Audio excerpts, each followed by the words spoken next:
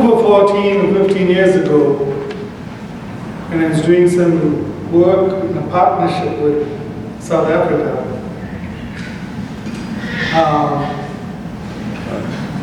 Peter Rafnus, the Bishop of St. Paul Area Synod, asked me if I would consider coming to the US permanently to serve in the ELCA.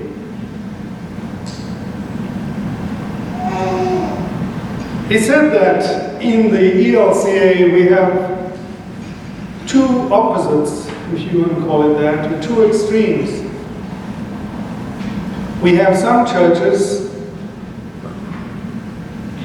that we call the liberal churches, who simply want to be involved in justice work and do all kinds of justice and service work all around the country, in their neighborhoods, and in the world. On the other extreme, he said, we have those who focus on personal Christian development through prayer, Bible study, and discipleship. So I said, Bishop, what's the problem here? He said, well, now that I've been to South Africa, I see something a little different. He said, well, you want everyone you work with in your work of justice to know who Jesus Christ is and to pray regularly and to know about discipleship and being filled with the Spirit. But at the same time, most of you and your people walk the streets. Some of you have even been imprisoned, and you protest against injustice. And at that time, HIV/AIDS was a big issue. He said, you take care of those who are stigmatized, for those children that have been orphaned. Yet your focus is on a relationship with Jesus Christ. So I said, why doesn't that happen? Well, doesn't that happen in the ELCA? Because I was joking, because I had been up and down to the ELCA, to the US, for at least 10 years by then.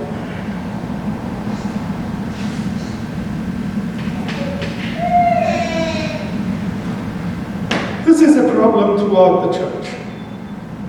There's some who believe that they don't have the gifts that others have. So some people tell others who are involved in social action, social service or social justice, well, you have that gift of outreach, that gift of justice. You are able to speak truth to power. You are able to go to the stranger and offer them help. But I don't have that gift. You go ahead and do that. I have the gift of intercession. I have the gift of prayer. I have the gift of teaching. I have the gift of building people up in the church. Nonsense. Remember last week I spoke about, from the text, I spoke about, anyone remember still? The Good Samaritan story. And remember the priest and the Levite? They walked on the other side because they were just too busy doing what is called, for many, the work of the church. Praying, preaching, serving, maybe singing in the choir. No offense meant. Maybe being a worship assistant, no offense. Maybe setting the table. Maybe being an usher, greeter. And then the Samaritan came by and he saw that someone was lying on the street. Someone had a social need. Someone had a physical need. Something was wrong on that street, the road to Jericho, and he reached out. He doesn't tell us whether the Samaritan prayed or didn't pray. History tells us that the Samaritans were very pious people. Most people. And they did pray. Maybe not in the same place as the Jews, but they pray to the same God. So what does this mean for the story we have before us today?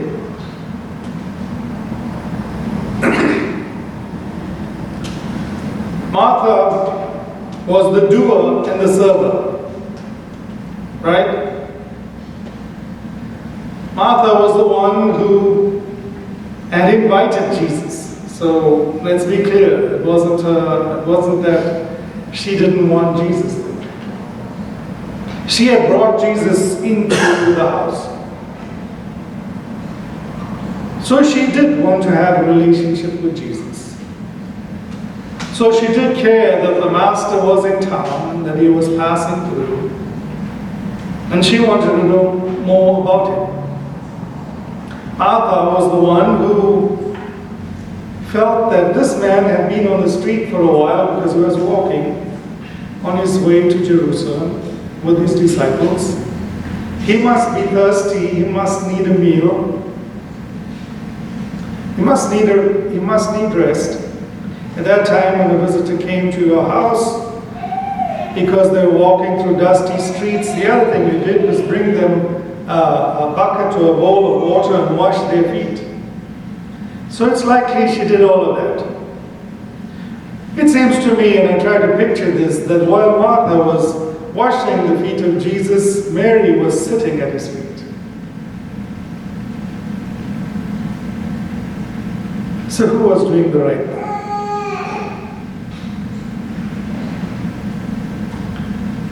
For today, the Marthas of this world are those that seem to be like the Good Samaritan. Those that do both feeding the poor and asking, why are they poor? Those that will walk in protest against injustice and at the same time would provide support to those that are victims or survivors of injustice.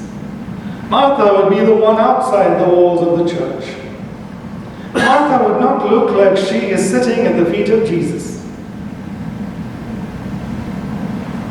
Martha might look like one who doesn't care too much for prayer. I don't know. I'm trying to project Martha and what the scripture is saying to this world today. Mary, it seemed, was focused more on spiritual things, spiritual growth, doctrine, having a relationship with Jesus Christ, praying regularly. She went to Bible study, even though it was at 9 o'clock in the morning. Even though she was 90-something years old. No, she wasn't. She studied the whole spectrum of theology.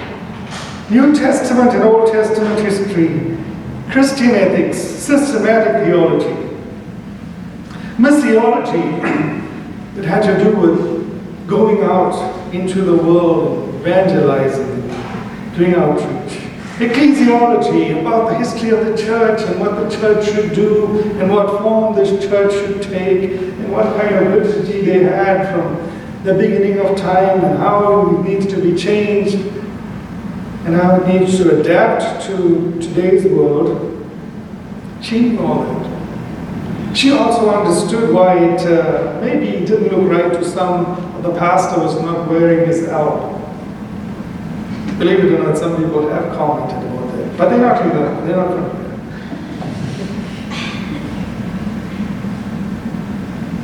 She even knew Christian meditation and prayer practices. Her faith ran deep, as others would say. As you would see Mary, you would say, there goes a woman of God.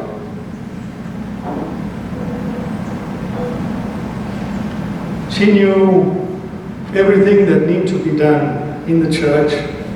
You could go to her to ask her, what color is it today? Green or white? I suppose you get it by now, right? So what was Jesus saying in his interaction between Mary and Martha?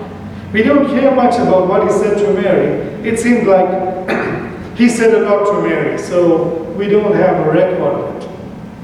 Because she was sitting at his feet all the time.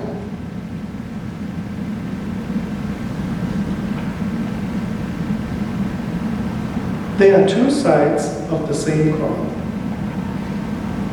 There are two sides of the same coin. My topic, as you know, is toss a coin. Mary or Martha. It might look like I'm saying we should choose. But no coin is complete unless it has two sides, right? Imagine having a coin with only one side. I don't know, I can't even visualize it. Can you? Maybe Sam will do some trick photography and show us how to do that. We have to draw from the well, brothers and sisters, so that we are hydrated to do the work of God. We have to draw from the well. If not, we will get dehydrated. We have to be at the feet of Jesus so that we will be empowered and hydrated to do the things of God in the world. If we don't pray and fill ourselves with the presence of God, we will get worn out in good things that we do.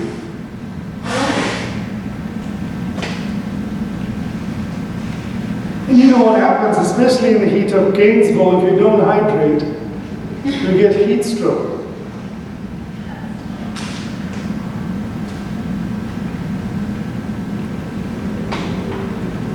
And when you get heat stroke, you're good for nobody. Even though you might have the best lawnmower in the world, you won't be able to mow your lawn.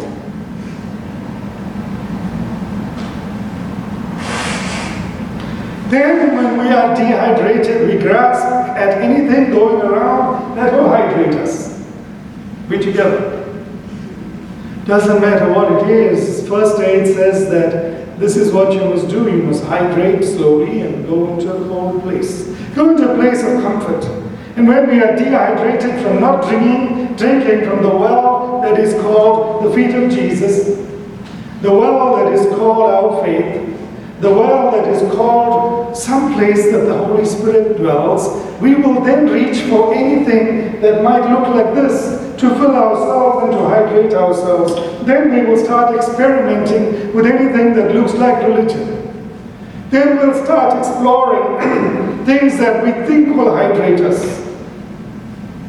When our grounding, when our hydration as children of God is not from the feet of Jesus. Because we are busy doing our works of service and justice, trust me, it does dehydrate you. It does tire you out. It does make you question, is it all worth it? It does make you feel tired. It does make you complain about where are all the people. Normally in any outreach, justice, and service ministry, it's the minority in the church that belong to that group.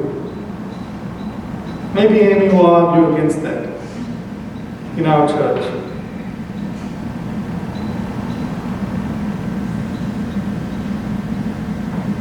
But those that are busy about the work of God outside of the walls need to be careful, if not we will reach for everything else. We will start feeling that our good works are okay. As long as it's balanced with the bad, then we're okay. It might start causing us to believe that our good works will earn us salvation, totally opposed to what the gospel says, let alone what Luther taught. It might cause us to take comfort in religions that are easy. Almost every other religion in the world says that salvation comes through good works. Take a moment to look at some of the basics of all of the religions around. The Hindus believe in karma.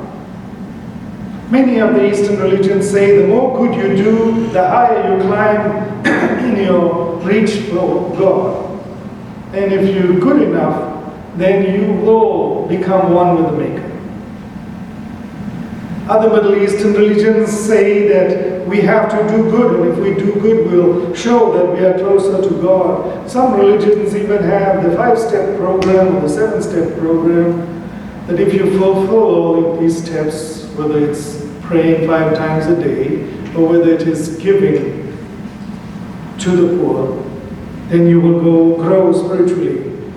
What we know is that unless we are focused on, and unless our grounding is a relationship with Jesus Christ, not just once in our lives and then we can go about living how we want to, but a constant relationship with Jesus, a constant dwelling in His presence. I don't know for sure. We might assume that Mary and Martha knew Jesus before, because Martha said, "Come and see, the Lord has come," to Mary. But whatever it is, Mary chose to sit at His feet, to be filled, to be inspired.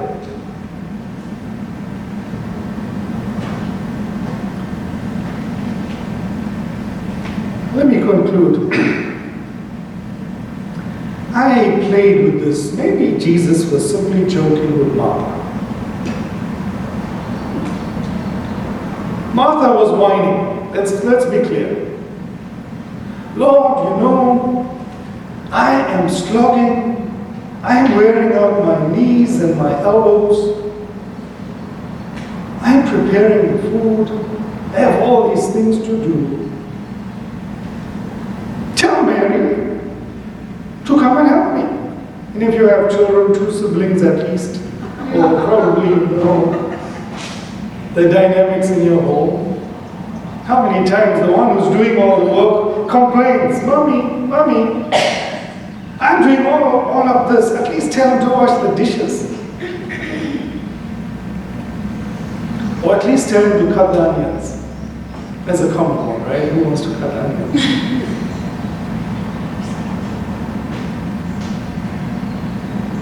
And so Jesus joked back, "Oh, Martha, Martha, you're always whining and complaining. You know, Mary has chosen the better thing." And of course, you can imagine what happened to Martha when Jesus said that. You know what? Think back on your younger days. Martha would have got more riled up. Yeah? Martha would have been like, "Lord, you always take her part. You're always on her side. And then you don't care that if I don't do these things, you won't eat. Your feet will remain dirty. The garbage won't get taken out. The garbage can will stink." You know, very often we don't want to pick out that Jesus had a sense of humor. I'll just give you one example. When Jesus went to the fishermen, why didn't He just tell them, "Cast your net again"? He was joking with them and He said, No, you cast in the wrong place, cast on this side. It didn't matter where they cast. He was trying to tell them that when He tells them to cast, they will catch big time. Then He had to tell them that, to tell them, "Well, in the future, gentlemen, you will be catching men and women, because I have called you to do that." Read the New Testament and look at the humor of God. Phil, you should write that book, Phil.